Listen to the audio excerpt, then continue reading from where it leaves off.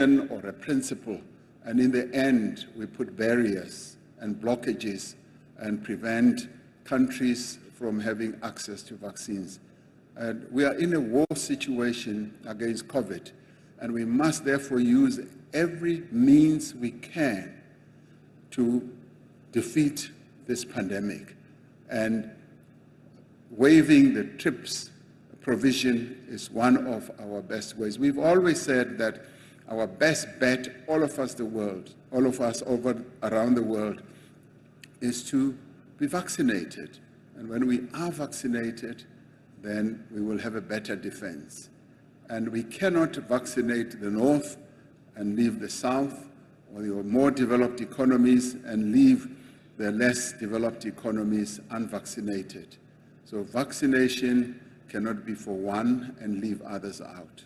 We are all safe, or no one is safe from the pandemic. So that's what we would like them to live up to. Mr. President, we have two more questions. One from the Business Day, Lucanio Nyanda, the editor. After him, I'll read out one question from the SABC, Sophie Mugwena. Over to you, Lucanio. Thank you very much, and thank you very much, Mr. President. By coincidence, I also happened to be in the UK at the time, so I was looking how the local press is covering the event, and I was wondering if you are disappointed that it seems to be overshadowed by issues around Brexit and all of those things, as opposed to the issues that you've raised now in terms of vaccines. And then secondly, like back home, we've had some bad news regarding J&J, and I'm curious as to how this would impact on our plans forward in terms of like the plans we had for the winter in terms of vaccinating our most vulnerable people, and whether you've been in touch with President Biden or J&J about all tips. Thank you. I will then read out the question from Sophie Mukwena of the South African Broadcasting Corporation. She asks, or she starts with this statement, Mr. President, President Joe Biden said the G7 has agreed to assist in building infrastructure in developing countries. Is this not a way to push back China? And her second question, she would like to get your reaction. She says, President Ramaphosa, what is your reaction to the 15% imposed on multinational corporations? What is South Africa's view on that? Thank you, sir. Well, I didn't get the first part of the Business Day editor. I just had the J&J issue. Did you get the question? May I ask the question to be posed again? Okay. So, Mr. President, I was just asking whether or not, I mentioned that I was also happened to be here in the UK, and I've been looking at the coverage of the local press, and I wondered if you are disappointed that it's been so dominated by internal issues like of Brexit and Northern Ireland, and not so much about these big meaty issues that you brought to the table in terms of vaccines. No, I'm not disappointed. I guess the media has to deal with whatever issue that interests them, and if it is Brexit at the moment, they obviously must deal with it. And we have had a summit that has addressed the issues that are important to us, and I would like to take it that that too will be addressed in a number of ways. And the Prime Minister led this summit rather well, and he will obviously find ways of being able to communicate the message as effectively as possible, which I'd like to believe he has been doing right pre the summit and throughout the summit. So if there is one issue about Brexit that seems to be dominating the news today, I think it can be ameliorated by what he has been doing and what he will do post the summit as well. With regard to the question you asked about J&J, I mean, we've had some challenges in relation to J&J, which has also affected us in South Africa, with regard to the batches that seemed to have been contaminated. And our Aspen factory in South Africa had gone ahead to manufacture more than 2 million doses, which were supposed to be distributed, and they were ready to go on and manufacture others. So they were told to stop, which they did, and now in the end they are told that they are contaminated. So I'm told that they have to dispose of those that they have already manufactured. I spoke to the CEO of Aspen earlier, and he said, well, they are going to start all over again with another batch, and they should be able to gear up their manufacturing capacity. As you well know, we have stored a lot of our vaccination programs hope on J&J, Johnson & Johnson, because it's a one dose or one jab vaccine. So we've been waiting, but in the meantime, we've been using other vaccines, particularly Pfizer. And in my discussions with President Biden, we did say to him that we would like the doses that he's going to donate also to be channeled to Africa, also to be channeled to South Africa.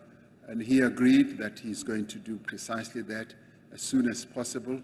So we should be able to get some doses from that end, and we will be able to get doses also from Europe, and we will then be able to have, as we have often said, a multi-vaccine doses type of situation. But J&J should be able to get up and going. The CEO of Aspen told me that by the middle of the week, they will be able to have started and manufactured quite a number of vaccines, which will be made available not only for South Africa, but also for the African continent. So we are hopeful that our vaccination program will receive a great boost as we get these vaccines. Coming to Sophie Mugwena's question on President Biden's statement that they are going to be investing in infrastructure on the African continent, that should be welcomed. It should be welcomed because we're a vast continent. We're a continent of many countries that have a great deficit when it comes to infrastructure. No single partner in the world can do it alone. So we want a multi-partner type of process in investing on our continent.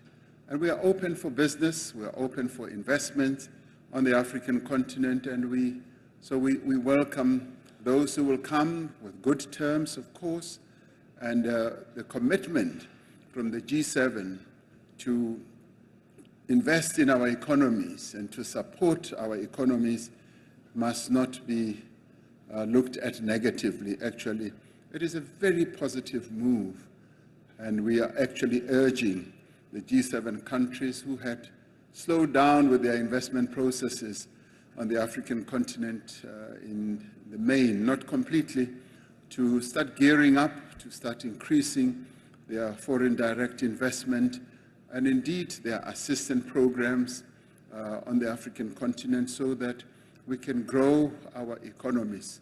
So we can never say that that is a threat to China or pushing China out. We are very inclusive in our approach. We don't see the exclusion of one at the expense of another. We see an inclusion, and that's what we are on the African continent, and that's what we would like to be accepted as. On the issue of taxation, the G7 countries have come up with a proposal which has been discussed and is still going to be discussed on a taxation mechanism which we have not had time to discuss.